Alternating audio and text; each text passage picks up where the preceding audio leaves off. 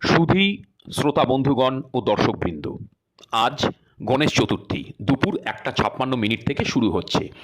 হিন্দু শাস্ত্র মতে গণেশকে বলা হয় বিঘ্নহর্তা, অর্থাৎ জীবনে যত বাধা বিঘ্ন, দুঃখ, দারিদ্র্য, দুর্দশা, অভাব, অভিযোগ, গণেশের আরাধনা যদি আপনি ঠিকমতো করেন তবেই সেগুলো দূরীভূত হবে।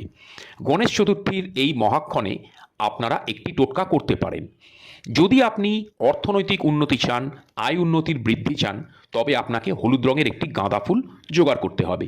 সাথে লাগবে সবুজ রঙের একটি পেন। গাঁদা ফুলের একটি পাপড়ির ওপরে আপনি আপনার মনোবাসনাটি একটি বা দুটি শব্দে বা একটি বাক্যে লিখুন, অতঃপর সেই পাপড়িটি গণেশের উদ্দেশ্যে নিবেদন করুন। অপরদিকে যদি জীবনের সার্বিক উন্নতি চান, সম্পর্কের স্থিরতা চান, খ্যাতি প্রতিপত্তি চান, তাহলে রক্তজবা একটি ফুল অথবা লাল রঙের যে কোনো একটি ফুল নিয়ে একইভাবে একটি পাপড়ি ছিঁড়ে নিতে হবে। লাগবে হলুদ রঙের একটি মার্কার পেন।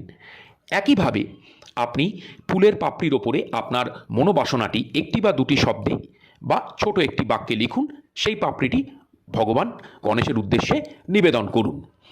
24 ঘন্টার মধ্যেই ফল পাবেন। তবে মনে রাখবেন যে এই মনোবাসনাটি যেন বাস্তবসম্মত হয়। অবাস্তব কোনো কিছু বা লোভের বশবর্তী হয়ে কোনো কিছু লিখলে কিন্তু তার ফল পাবেন না। জয় গণপতি বাপ্পা মরিয়া। সবাই সুস্থ থাকুন, ভালো থাকুন।